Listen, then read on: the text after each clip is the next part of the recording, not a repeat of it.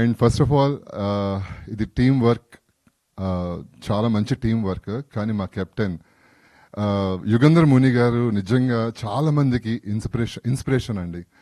Like నేను expect చేయలేదు అసలు ఇన్ని ట్విస్ట్లు ఉంటాయని. అద్భుతంగా తీశారండి ఫిలిం. అండ్ నేను కూడా టీవీ నుంచి వచ్చాను అని అంటే ఇంతకుముందు 2 మూవీస్ చేశాను.